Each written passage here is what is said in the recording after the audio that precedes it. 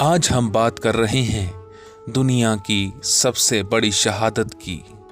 इस शहादत को इतिहास में सबसे बड़ी शहादत माना जाता है।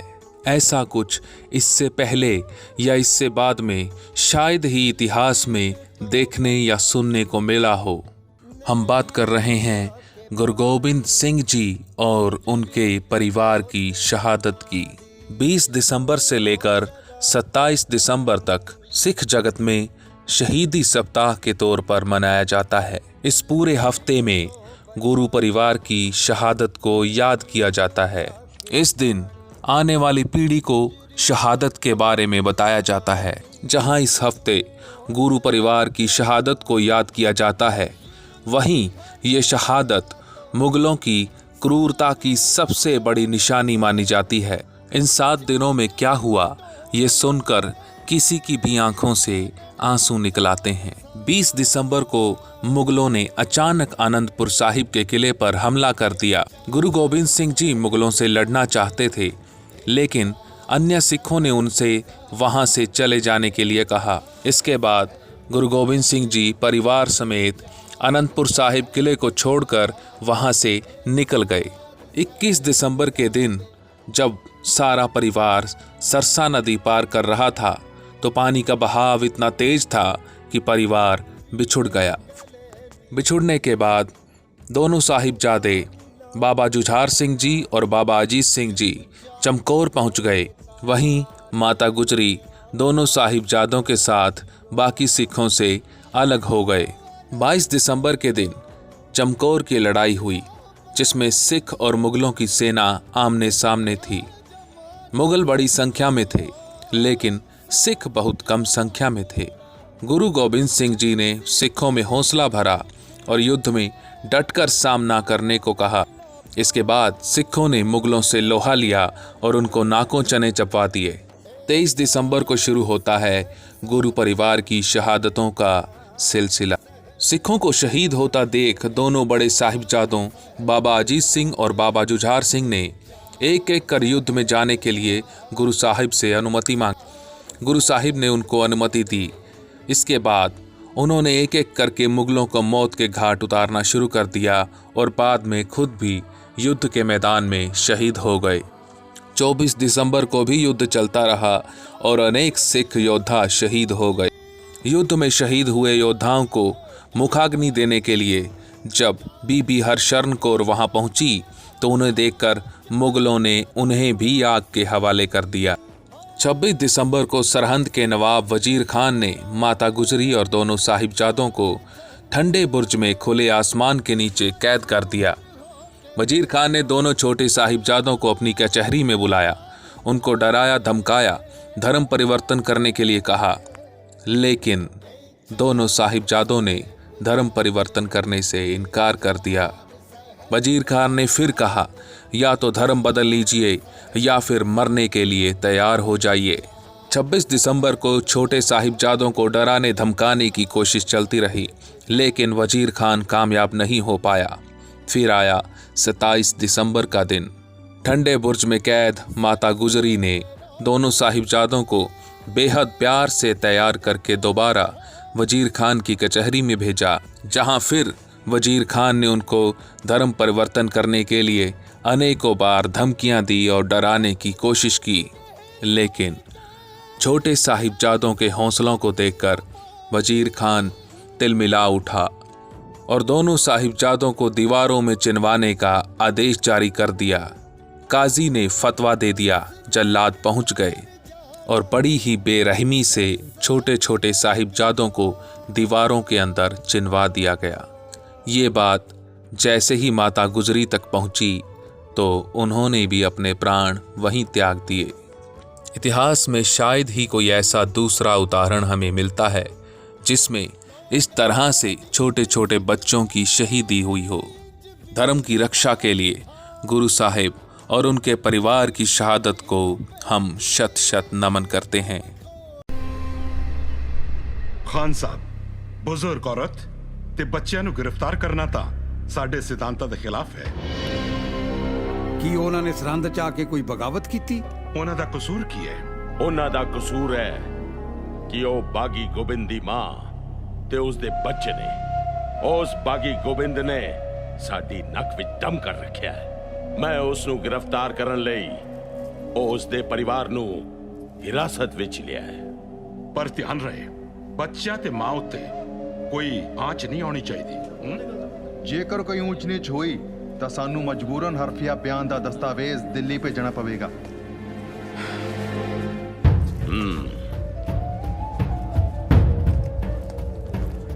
ਕਾਜ਼ੀ ਸਾਹਿਬ ਕੁਝ ਕਰੋ। ਪਰ ਮੇਰੇ ਹੱਥਾਂ ਵਿੱਚ ਕੁਝ ਤਾਂ ਦਿਓ। ਬਾਗੀ ਉਹਨਾਂ ਦਾ ਬਾਪ ਹੈ, ਬੱਚੇ ਤਾਂ ਨਹੀਂ। ਜੋ ਮੈਂ ਉਹਨਾਂ ਦੀ ਸਜ਼ਾਏ ਮੌਤ ਦਾ ਫਤਵਾ ਤੁਹਾਡੇ ਹੱਥਾਂ ਵਿੱਚ ਰੱਖਦਾ। ਇਹ ਮੌਕਾ ਮੈਂ ਹੱਥੋਂ ਨਹੀਂ ਜਾਣ ਦੇਣਾ ਚਾਹੁੰਦਾ। ਇੱਕੋ ਤਰੀਕਾ ਹੈ, ਨਾ ਤੁਹਾਨੂੰ ਫਤਵਾ ਲੈਣ ਦੀ ਲੋੜ ਪਵੇਗੀ ਤਾਂ ਨਾ ਮੈਨੂੰ ਦੇਣ ਦੀ। ਹੈਂ? ਤੇ ਤੁਸੀਂ ਗੋਬਿੰਦ ਤੋਂ ਵੀ ਆਪਣਾ ਬਦਲਾ ਲੈ ਪਾਓਗੇ। ਉਹ ਕਿੱਦਾਂ? ਜੇਕਰ ਬੱਚਿਆਂ ਤੋਂ ਸਾਡਾ ਧਰਮ ਕਬੂਲ ਕਰਵਾ ਲਿਆ ਜਾਵੇ ਤਾਂ। ਜਦੋਂ ਉਸ ਦੀ ਔਲਾਦ ਹੀ ਸਾਡਾ ਮਜ਼ਹਬ ਕਬੂਲ ਕਰ ਲਵੇਗੀ ਤਾਂ ਉਸ ਗੁਰੂ ਲਈ ਇਸ ਤੋਂ ਵੱਡੀ ਕੋਈ ਹੋਰ ਹਾਰ ਹੋ ਨਹੀਂ ਸਕਦੀ। ਪਰ ਮੈਂ ਆਪਣੇ ਬੱਚਿਆਂ ਨਾਲ ਕਿਉਂ ਨਹੀਂ ਜਾ ਸਕਦੀ? ਬੇਕਾਰ ਦੀ ਜ਼ਿੱਦ ਨਾ ਕਰੋ ਮਾਤਾ ਜੀ। ਸਾਨੂੰ ਜਿਵੇਂ ਹੁਕਮ ਹੋਇਆ ਅਸੀਂ ਤਾਂ ਉਵੇਂ ਹੀ ਕਰ ਰਹੇ ਹਾਂ। ਚਲੋ ਚਲੋ, ਤੁਸੀਂ ਕਿਉਂ ਵਕਤ ਬਰਬਾਦ ਕਰ ਰਹੇ ਹੋ? ਬੱਚਿਆਂ ਨੂੰ ਨਾਲ ਲੈ ਕੇ ਚਲੋ।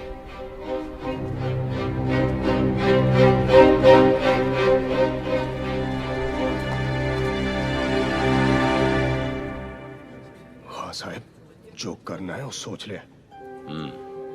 ਤੁਸੀਂ ਵੇਖਣਾ, ਜਿਵੇਂ ਤੁਸੀਂ ਚਾਹੁੰਦੇ ਸੀ ਉਵੇਂ ਹੀ ਹੋਵੇਗਾ। ਵੱਡਾ ਦਰਵਾਜ਼ਾ ਬੰਦ ਤੇ ਛੋਟਾ ਖੁੱਲਿਆ।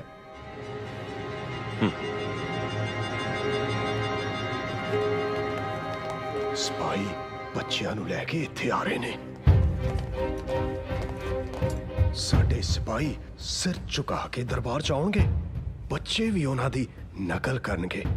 ਹਿੰਦ ਦੇ ਪੀਰ ਦੇ ਬੱਚੇ ਸੂਬਾਈ ਸਰਹੰਦ ਨਵਾਬ ਵਜ਼ੀਰ ਖਾਨ ਦੇ ਸਾਹਮਣੇ ਆਉਂਦੇ ਸਾਰ ਸਿਰ ਝੁਕਾਉਣਗੇ।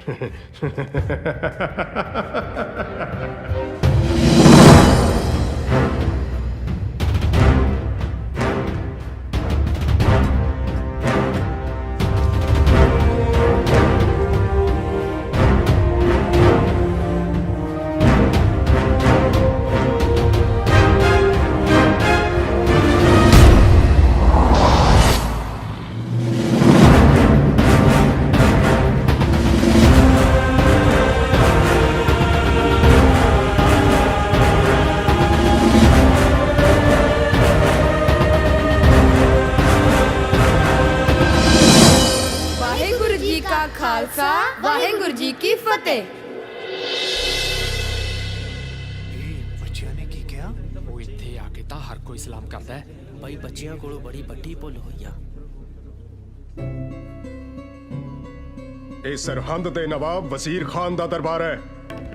ਇੱਥੇ ਕੋਈ ਵੀ ਬੰਦਾ ਆ ਕੇ ਕਿਸੇ ਵੀ ਗੁਰੂ ਦੀ ਫਤਿਹ ਨਹੀਂ ਬੁਲਾ ਸਕਦਾ। ਚਲੋ ਬੱਚਿਓ, ਨਵਾਬ ਸਾਹਿਬ ਕੋਲੋਂ ਮਾਫੀ ਮੰਗੋ ਤੇ ਅਦਬ ਨਾਲ ਸਿਰ ਝੁਕਾ ਕੇ ਸਲਾਮ ਕਰੋ। ਅਸੀਂ ਵਾਹਿਗੁਰੂ ਵਿੱਚ ਹੀ ਯਕੀਨ ਰੱਖਦੇ ਹਾਂ। ਉਸੇ ਪਰਮਾਤਮਾ ਅੱਗੇ ਝੁਕਦੇ ਹਾਂ ਜੋ ਆਤਮਾ ਦੇ ਰੂਪ ਵਿੱਚ ਹਰ ਕਿਸੇ ਦੇ ਅੰਦਰ ਵਸਦਾ ਹੈ। ਉਸ ਤੋਂ ਬਿਨਾਂ ਅਸੀਂ ਆਪਣਾ ਸਿਰ ਹੋਰ ਕਿਸੇ ਦੇ ਸਾਹਮਣੇ ਨਹੀਂ ਝੁਕਾਉਂਦੇ। ਇਹ ਕਾਫਰਾਂ ਦੀ ਬੋਲੀ ਹੈ। ਕਾਫਿਰ ਉਹ ਜਿਹੜਾ ਤਲਵਾਰ ਦੀ ਨੋਕ ਤੇ ਆਪਣਾ ਧਰਮ ਕਿਸੇ ਤੇ ਥੋਪੇ। ਕਾਫਿਰ ਉਹ ਜਿਹੜਾ ਆਪਣੀ ਤਾਕਤ ਦਾ ਗਲਤ ਇਸਤੇਮਾਲ ਕਰੇ। ਜੋ ਈਮਾਨ ਦਾ ਪੱਕਾ ਉਹੀ ਸੱਚਾ ਮੁਸਲਮਾਨ। ਜਿਹਦੇ ਦਿਲ ਵਿੱਚ ਦਗਾ ਉਹ ਕਾਫਿਰ ਬੇਈਮਾਨ। ਚੰਗੇ ਲਫ਼ਜ਼ਾਂ ਵਿੱਚ ਸਾਨੂੰ ਬੇਈਮਾਨ ਕਹਿ ਰਹੇ ਹੋ। ਹੁਣ ਸਾਨੂੰ ਸਾਡੇ ਧਰਮ ਦੀ ਸਿੱਖਿਆ ਦਿਓਗੇ? ਸਾਨੂੰ ਤਾਂ ਆਪਣੇ ਸਿੱਖ ਧਰਮ ਦਾ ਪਤਾ ਹੈ ਕਾਜ਼ੀ ਸਾਹਿਬ। ਸਾਡਾ ਧਰਮ ਕਿਸੇ ਨੂੰ ਗੁਲਾਮ ਨਹੀਂ ਬਣਾਉਂਦਾ। ਸਾਡੇ ਗੁਰੂ ਪਿਤਾ ਜੀ ਨੇ ਸਾਨੂੰ ਇਹੀ ਸਿਖਾਇਆ। ਬੱਚਿਓ, ਤੁਹਾਡੇ ਗੁਰੂ ਪਿਤਾ ਨੂੰ ਗ੍ਰਿਫਤਾਰ ਕਰਨ ਲਈ ਮੇਰੇ ਸਿਪਾਹੀ ਚਾਰੋਂ ਦਿਸ਼ਾਵਾਂ ਵਿੱਚ ਫੈਲ ਚੁੱਕੇ ਨੇ। ਜਿਵੇਂ ਰੋਸ਼ਨੀ ਨੂੰ ਕੋਈ ਕੈਦ ਨਹੀਂ ਕਰ ਸਕਦਾ, ਉਦਾਂ ਹੀ ਗੁਰੂ ਪਿਤਾ ਨੂੰ ਫੜਨ ਵਾਲਾ ਸੂਰਮਾ ਹਲੇ ਜੰਮਿਆ ਨਹੀਂ। ਉਹ ਚਮਕ ਹੈ ਉਹਨਾਂ ਦੇ ਚਿਹਰੇ ਤੇ ਕਿ ਲੋਕੀ ਵੇਖ ਕੇ ਆਪਣੀ ਮਰਜ਼ੀ ਨਾਲ ਝੁਕ ਕੇ ਸਲਾਮ ਕਰਦੇ ਨੇ। ਜੇਕਰ ਤੁਹਾਡਾ ਵੀ ਕਦੇ ਉਹਨਾਂ ਨਾਲ ਸਾਹਮਣਾ ਹੋ ਗਿਆ ਤਾਂ ਤੁਹਾਡਾ ਸਿਰ ਵੀ ਆਪਣੇ ਆਪ ਉਹਨਾਂ ਅੱਗੇ ਝੁਕ ਜਾਏਗਾ। ਖਾਨ ਸਾਹਿਬ। ਗੁਰੂ ਪਿਤਾ ਦੇ ਦਰਸ਼ਨ ਹੋਏ ਲੱਗਦੇ ਨੇ। खामोश!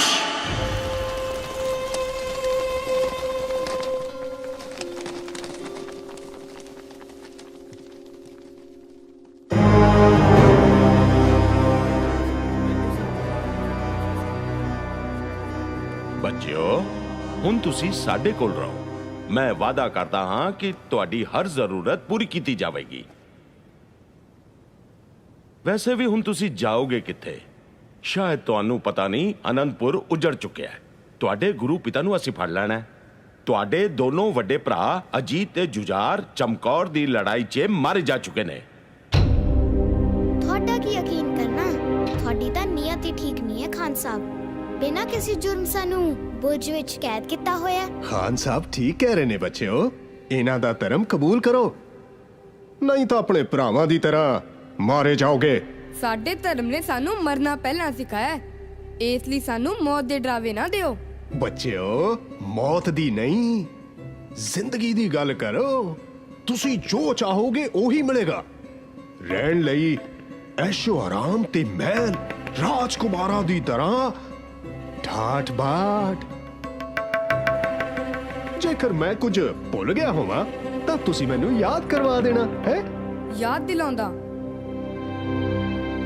ਉਹ ਯਾਦ ਦਿਲਾਉਣਾ ਜਿਹੜਾ ਮੇਰੇ ਦਾਦਾ ਜੀ ਗੁਰੂ ਤੇਗ ਬਹਾਦਰ ਜੀ ਨੇ ਕਿਹਾ ਸੀ ਉਹਨਾਂ ਕਸ਼ਮੀਰੀ ਪੰਡਤਾਂ ਨੂੰ, ਜਿਨ੍ਹਾਂ ਨੂੰ ਉਹਨਾਂ ਦੇ ਧਰਮ ਪਰਿਵਰਤਨ ਲਈ ਮਜਬੂਰ ਕੀਤਾ ਜਾ ਰਿਹਾ ਸੀ। ਦਾਦਾ ਜੀ ਨੇ ਕਿਹਾ ਸੀ, ਉਹਨਾਂ ਜ਼ਾਲਮਾਂ ਨੂੰ ਕਹੋ ਪਹਿਲਾਂ ਗੁਰੂ ਦਾ ਧਰਮ ਬਦਲੋ, ਜੇਕਰ ਗੁਰੂ ਨੇ ਧਰਮ ਬਦਲਿਆ ਤਾਂ ਤੁਸੀਂ ਸਭ ਵੀ ਖੁਸ਼ੀ-ਖੁਸ਼ੀ ਧਰਮ ਬਦਲ ਲਵੋਗੇ। ਹਾਂ ਹਾਂ, ਯਾਦ ਹੈ।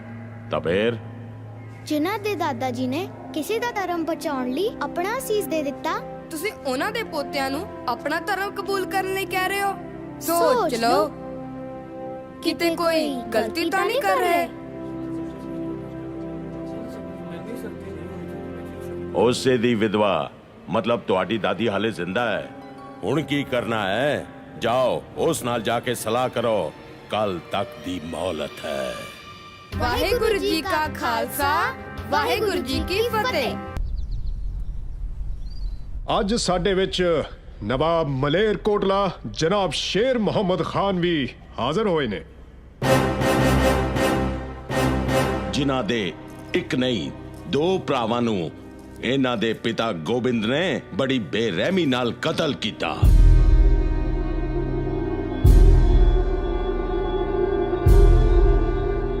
ਤੁਹਾਨੂੰ ਪਤਾ ਹੈ ਤੁਹਾਡੇ ਪਿਤਾ ਨੇ ਨਵਾਬ ਸਾਹਿਬ ਦੇ ਭਰਾਵਾਂ ਨੂੰ ਕਿਉਂ ਕਤਲ ਕੀਤਾ ਸੀ? ਕੋਈ ਗਲਤੀ ਕੀਤੀ ਹੋਵੇਗੀ। ਇਹਨਾਂ ਦੇ ਭਰਾਵਾਂ ਨੇ। ਇੰਨੇ ਛੋਟੇ ਬੱਚੇ ਤੇ ਇੰਨੀ ਵੱਡੀ ਜ਼ੁਬਾਨ। ਇੰਨਾ ਵੱਡਾ ਵਜ਼ੀਰ ਤੇ ਇੰਨੇ ਨੀਚ ਕੰਮ, ਪਰੇ ਦਰਬਾਰ ਸ਼ਰੇਆਮ। ਗੁਸਤਾਖੀ ਦੀ ਸਜ਼ਾ ਮੌਤ ਹੈ। ਸਜ਼ਾ ਮਨਜ਼ੂਰ ਹੈ ਪਰ ਚੁੱਕਣਾ ਕਬੂਲ ਨਹੀਂ। ਤੁਹਾਨੂੰ ਮੌਤ ਤੋਂ ਡਰ ਨਹੀਂ ਲੱਗਦਾ? ਤੁਹਾਨੂੰ ਖੁਦਾ ਤੋਂ ਡਰ ਨਹੀਂ ਲੱਗਦਾ? ਜ਼ੁਬਾਨ ਸੰਭਾਲ ਕੇ ਬੋਲ, ਬੇਖੌਫ। ਬੇਖੌਫ ਜਿੰਦੇ ਹਾਂ, ਬੇਖੌਫ ਮਰਦੇ ਹਾਂ, ਕਿਉਂਕਿ ਅਸੀਂ ਗੁਰੂ ਦੇ ਸਿੰਘ ਹਾਂ। ਸਿੰਘ? ਹਾਂ, ਸਹੀ ਕੰਮ ਕਰਨ ਵਾਲਾ ਬੰਦਾ ਸਿੰਘ ਹੁੰਦਾ ਹੈ। ਕਿਸੇ ਦੇ ਹੰਝੂ ਪੂੰਝ ਕੇ ਉਸ ਨੂੰ ਖੁਸ਼ੀ ਦੇਣ ਵਾਲਾ ਬੰਦਾ ਸਿੰਘ ਹੈ। ਕਮਜ਼ੋਰ ਦੀ ਤਾਕਤ ਬਣਨ ਵਾਲਾ ਬੰਦਾ ਸਿੰਘ ਹੈ। ਇਨਸਾਫ ਲਈ ਜ਼ਿੰਦਗੀ ਦਾਅ ਤੇ ਲਾਉਣ ਵਾਲਾ ਬੰਦਾ ਸਿੰਘ ਹੈ। ਓਏ ਸਿੰਘੋ, ਇਹਨਾਂ ਦੇ ਭਰਾ ਇਨਸਾਫ ਦੀ ਲੜਾਈ ਲੜਦੇ ਸੀ ਜਦੋਂ ਤੁਹਾਡੇ ਪਿਤਾ ਨੇ ਯੁੱਧ ਵਿੱਚ ਉਹਨਾਂ ਦਾ ਕਤਲ ਕੀਤਾ। ਯੁੱਧ ਵਿੱਚ ਨਾ? ਉਹਨੂੰ ਕਤਲ ਨਹੀਂ, ਕੁਰਬਾਨੀ ਕਹਿੰਦੇ ਨੇ। ਤੁਸੀਂ ਉਸ ਨੂੰ ਕਤਲ ਕਹਿ ਕੇ ਇਹਨਾਂ ਦੇ ਸ਼ਹੀਦ ਭਰਾਵਾਂ ਦੀ ਮੌਤ ਦਾ ਅਪਮਾਨ ਕਰ ਰਹੇ ਹੋ। ਲਫ਼ਜ਼ਾਂ ਦਾ ਜਾਲ ਵਿਛਾ ਕੇ ਤੁਸੀਂ ਆਪਣੇ ਬਾਗੀ ਪਿਤਾ ਦੇ ਗੁਨਾਹਾਂ ਤੇ ਪਰਦਾ ਨਹੀਂ ਪਾ ਸਕਦੇ। ਉਹਨਾਂ ਦੇ ਗੁਨਾਹ ਦੀ ਸਜ਼ਾ ਤੁਹਾਨੂੰ ਜ਼ਰੂਰ ਮਿਲੇਗੀ ਤੇ ਉਹ ਸਜ਼ਾ ਖੁਦ ਨਵਾਬੇ ਮਲੇਰ ਕੋਟਲਾ ਤੈਅ ਕਰਨਗੇ, ਜਿਨ੍ਹਾਂ ਦੇ ਤੁਸੀਂ ਗੁਨਾਹਗਾਰ ਹੋ।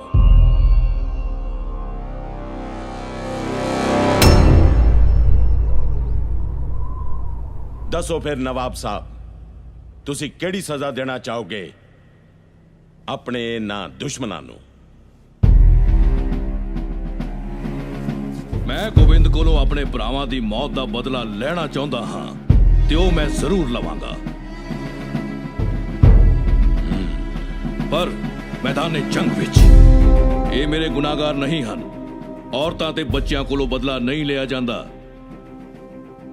ਮੈਂ ਚਾਹੁੰਦਾ ਹਾਂ ਇਨਸਾਨੀਅਤ ਦੇ ਨਾਤੇ ਗੋਬਿੰਦ ਦੀ ਮਾਂ ਤੇ ਉਹਦੇ ਬੱਚਿਆਂ ਨੂੰ ਰਿਹਾ ਕਰ ਦਿੱਤਾ ਜਾਵੇ।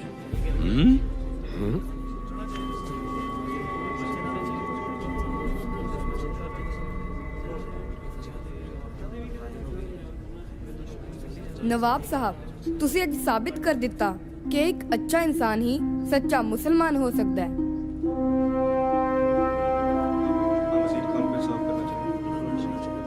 ਮੈਂ ਵੀ ਇਨਸਾਫ ਵਿੱਚ ਯਕੀਨ ਰੱਖਦਾ ਹਾਂ। ਨਵਾਬ ਸਾਹਿਬ ਦੀ ਮਰਜ਼ੀ ਤੇ ਜਨਤਾ ਦੀ ਖੁਆਇਸ਼ ਦੇ ਮੱਦੇਨਜ਼ਰ ਮੈਂ ਇਹਨਾਂ ਨੂੰ ਆਜ਼ਾਦ ਕਰ ਦਿਆਂਗਾ। ਪਰ ਮੈਂ ਇਹਨਾਂ ਕੋਲੋਂ ਇਹ ਤਾਂ ਪੁੱਛ ਲਾਂ ਕਿ ਇਹ ਆਜ਼ਾਦ ਹੋ ਕੇ ਕੀ ਕਰਨਗੇ? ਉਹੀ ਕਰਾਂਗੇ ਜੋ ਸਾਡੇ ਗੁਰੂ ਪਿਤਾ ਕਰ ਰਹੇ ਹਨ ਤੇ ਜਿਹੜੀਆਂ ਸਿੰਘਾਂ ਦੀਆਂ ਆਉਣ ਵਾਲੀਆਂ ਨਸਲਾਂ ਕਰਨਗੀਆਂ। ਕੀ? ਆਖਰੀ ਸਾਹ ਤੱਕ ਜ਼ੁਲਮ ਤੇ ਬੇਇਨਸਾਫੀ ਦੇ ਖਿਲਾਫ ਲੜਾਂਗੇ। ਉਹ ਕਿਵੇਂ? ਅਸੀਂ ਆਪਣੇ ਗੁਰੂ ਪਿਤਾ ਦੇ ਸਿੰਘਾਂ ਨੂੰ ਫੇਰ ਇਕੱਠਾ ਕਰਕੇ ਫੌਜ ਤਿਆਰ ਕਰਾਂਗੇ। ਸੁਣਿਆ ਤੁਸੀਂ ਸਾਰਿਆਂ ਨੇ ਇਹਨਾਂ ਦੇ ਬਾਗੀ ਇਰਾਦੇ? ਜਿਹੜਾ ਇਹਨਾਂ ਦਾ ਬਾਗੀ ਬਾਪ ਸਾਡੇ ਖਿਲਾਫ ਕਰ ਰਿਹਾ ਹੈ, ਉਹੀ ਇਹ ਬਾਗੀ ਬੱਚੇ ਕਰਨਾ ਚਾਹੁੰਦੇ ਨੇ। ਹੁਣ ਦੱਸੋ ਦਰਬਾਰ ਵਿੱਚ ਬੈਠੇ ਕਾਜ਼ੀਓ ਤੇ ਵਜ਼ੀਰੋ ਕਿ ਮੁਗਲਿਆ ਸਲਤਨਤ ਦੇ ਇਹਨਾਂ ਬਾਗੀਆਂ ਬਾਰੇ ਤੁਹਾਡੀ ਕੀ ਰਾਏ ਹੈ? ਖਾਨ ਸਾਹਿਬ, ਹੁਣ ਤਾਂ ਸਭ ਦੀ ਰਾਏ ਇੱਕੋ ਹੀ ਹੋ ਸਕਦੀ ਹੈ। ਸੱਪ ਦੇ ਬੱਚੇ ਸੱਪ ਹੀ ਹੁੰਦੇ ਨੇ। ਸੁੱਚਾਨੰਦ, ਜ਼ੁਬਾਨ ਨੂੰ ਲਗਾਮ ਦੇ। ਮਜ਼ਲੂਮਾਂ ਦੇ ਉਹ ਦੋਸਤ ਨੇ, ਨੇਕੀ ਉਹਨਾਂ ਦੀ ਪਹਿਚਾਣ ਹੈ। ਸੀਸ ਝੁਕਾ ਕੇ ਆਦਰ ਕਰ, ਗੁਰੂ ਗੋਬਿੰਦ ਸਿੰਘ ਉਹਨਾਂ ਦਾ ਨਾਮ ਹੈ। ਸ਼ੁਕਰ ਕਰ ਅਸੀਂ ਤੁਹਾਡੇ ਕੈਦੀਆਂ, ਨਹੀਂ ਤਾਂ 100 ਗੁਰੂ ਪਿਤਾ ਦੀ ਹੁਣ ਤੱਕ ਤੇਰਾ ਸਿਰ ਮੋਢੇ ਤੋਂ ਡਿੱਗ ਚੁੱਕਾ ਹੋਣਾ ਸੀ। ਬਸ, ਮੈਂ ਹੋਰ ਕੁਝ ਨਹੀਂ ਸੁਣਨਾ ਚਾਹੁੰਦਾ। ਬਾਗੀ ਗੁਰੂ ਦੇ ਬਾਗੀ ਬੱਚੋ, ਸਾਡਾ ਧਰਮ ਕਬੂਲ ਕਰੋ ਜਾਂ ਬੇਰਹਿਮੀ ਨਾਲ ਮਰਨ ਲਈ ਤਿਆਰ ਹੋ ਜਾਓ। पहला मरण कबूल, जीवन की छड़ आस, हो सबना की रहन का, तो आओ हमारे पास। काजी साहब, फतवा। मेरा फतवा तैयार है खान साहब।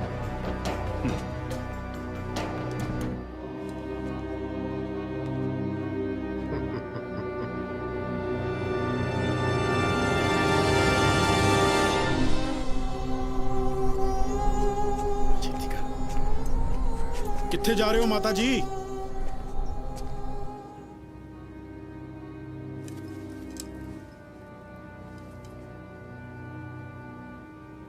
ਇਹਨਾਂ ਨੂੰ ਜ਼ਿੰਦਾ ਦੀਵਾਰ ਵਿੱਚ ਚਿਣ ਦਿੱਤਾ ਜਾਵੇ।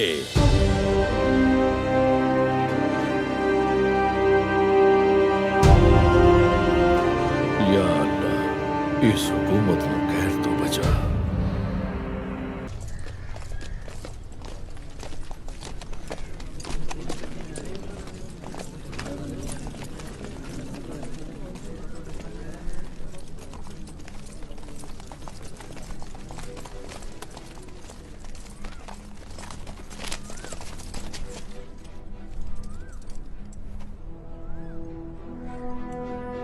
क्यों अपने दुश्मन आप बन गए हो बच्चों? हाले भी थोड़े कोल वक्त है। ਹਾਲੇ ਵੀ ਤੁਹਾਡੇ ਕੋਲ ਵਕਤ ਹੈ ਕਾਜੀ ਸਾਹਿਬ, ਆਪਣੀ ਜਿੱਤ ਛੱਡ ਦਿਓ, ਨਹੀਂ ਤਾਂ ਇਸ ਧਰਤੀ ਤੇ ਡੁੱਲਿਆ ਸਾਡਾ ਖੂਨ ਇੱਕ ਦਿਨ ਜ਼ਰੂਰ ਰੰਗ ਲੈ ਕੇ ਆਏਗਾ। की रंग लियाएगा? इत्थे तुहाडी याद विच कोई महल बन जाणगे। चला दो इन्हां नूं दीवार विच चिन्ना शुरू कर दिओ।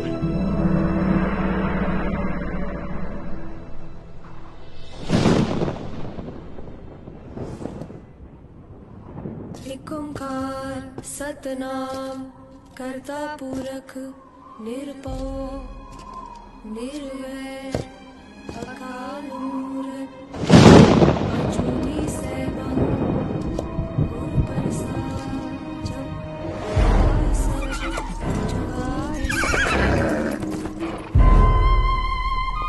संजोग विजोग कोई काज नावे, लिखे आवे भाग आदेश दिसे आदेश, आद अनील अनाद अनाद जो जो होए एका माई जुगत वे आई। ਜੀ ਦੁਨੀਆ ਵਿੱਚ ਭਾਵੇਂ ਤੁਸੀਂ ਮੇਰੇ ਨਾਲੋਂ ਪਹਿਲਾਂ ਆਏ ਸੀ, ਪਰ ਦਾਦਾ ਜੀ ਨੂੰ ਮਿਲਣ ਮੈਂ ਤੁਹਾਡੇ ਨਾਲੋਂ ਪਹਿਲਾਂ ਜਾ ਰਿਹਾ। जिव तिस पावे तिवै चलावे, जिव होवे फरमान।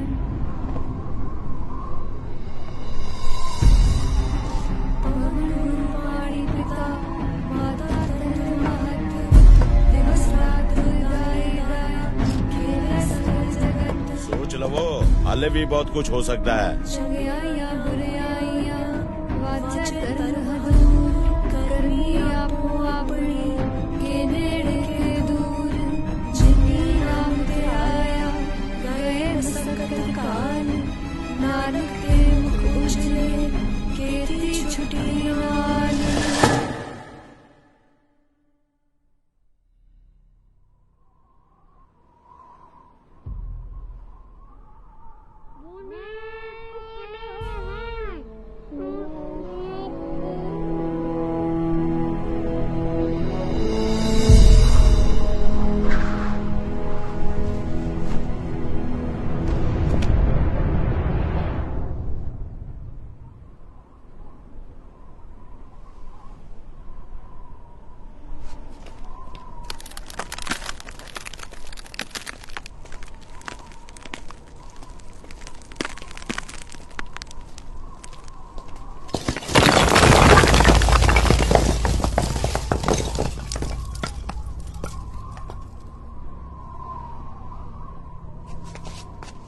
ਇਹਨਾਂ ਦੋਹਾਂ ਨੂੰ ਬਾਹਰ ਕੱਢੋ।